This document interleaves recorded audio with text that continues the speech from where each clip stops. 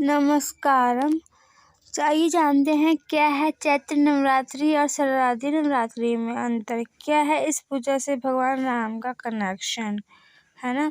नवरात्रि के पावन दिनों में जो माँ के 9 रूप होते हैं उनकी पूजा की जाती है। हिंदू धर्म में इन दिनों की काफ़ी मान्यता होती है। कहते हैं कि माँ के इन रूपों को की जो भी सच्चे मन से पूजा करता है, माँ दुर्गा उनकी हर पुकार सुन लेती हैं।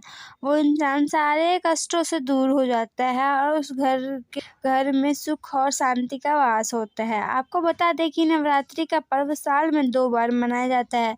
पहली बार ये त्योहार चैत्र में और दूसरी बार ये त्योहार अश्विनी माह में मनाया जाता है, जिसके दिन की शारदीय नवरात्रि कहते हैं। आपको बता दें कि इस दोनों नवरात्रि के अलावा पौष और आषाढ़ माह में भी नवरात्रि होती है, जिसे कि गुप्त नवरात्रि के नाम से संबोधित किया जाता है। हालांकि उस नवरात्रि को गृहस्थ लोग नहीं करते हैं। चैत्र और शारदीय में भला अंतर क्या है? अक्सर लोगों के दिमाग में आता है कि आखिर साल में आने वाले दोनों नवरात्रि यानी कि चैत्र और शारदीय में भला अंतर क्या होता है। हालांकि देवी के भक्तों के लिए दोनों 9 दिन माँ शक्ति की पूजा के ही दिन होते हैं, लेकिन फिर भी हर किसी को इन दोनों नवरात्रि के फर्क को जानना काफ़ी ज़रूरी होता है। को बता दें कि चैत्र नवरात्रि चैत्र माह में आती है, जिस से ये प्रारंभ होती है। उस दिन से हिंदू नव वर्ष प्रारंभ होता है, इसलिए हिंदुओं के लिए ये दिन बेहद ही पावन है। यही नहीं, उत्तर भारत में जहाँ नवरात्रि का प्रथम दिन नवरात्र के नाम से जाना जाता है, वहीं दूसरी ओर दक्षिण भारत यानी कि आंध्र प्रदेश, तेलंगाना और कर्नाटक में इसे उगादि के नाम से संबोधित किया जाता है, जबकि महाराष्ट्र में ये दिन गुड़ी पड़वा कहलाता है। कहते हैं कि चैत्र नवरात्र की पूजा करने से इंसान मानसिक रूप से ताकतवर होता है और उसका अध्यात्म की ओर झुकाव होता है। नवरात्रि के 9वें यानी कि आखिरी दिन रामनवमी होती है, जिसे कि पूरा भारत भगवान राम के जन्मदिन के रूप में पूजता है।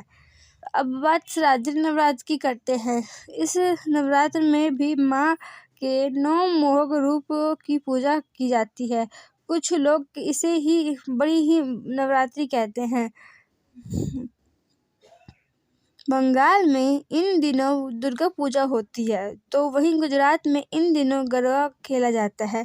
इस दौरान माना जाता है कि माँ ने राक्षस महिषासुर का वध किया था, इसलिए माँ का एक नाम महिषासुर मर्दिनी भी है। मान्यता है कि नवरात्रि में माँ जगदम्बा की पूजा करने से इंसान की सांसारिक चीजें पूरी होती हैं। रावण का वध यही नहीं, लोग कहते हैं कि अश्विनी शुक्ल पक्ष में ही भगवान राम ने शक्ति को 9 रूपों की पूजा की थी और उसके बाद रावण का वध किया था, इसलिए ही नवमी के अगले दिन दशहरा मनाया जाता है और इस दिन को बुराई पर अच्छाई की जीत यानी कि विजयदशमी के रूप में पूजा जाता है। वैसे ही दोनों नवरात्रि का प्रभु राम से विशेष कनेक्शन है। एक में उनका जन्म हुआ और एक में उन्होंने रावण का वध किया, इसलिए नवरात्रि के दौरान श्री राम की पूजा भी भक्तगण माँ दुर्गा की आराधना के साथ करते हैं। धन्यवाद। इसी के साथ मिलते हैं नए रोचक तथ्य में, जिसमें कि स्पिरिचुअलिटी मतलब अध्यात्म के बारे में बताऊंगी, जो दुर्गा पूजा से जुड़ी है कि क्या प्रभाव पड़ता है हमारे शरीर पे, हमारे मन पे नवरात्रि पूजा करने से, इसका पालन करने से क्या फल मिलता है हम। तब तक के लिए नमस्ते, ध्यान रखिए।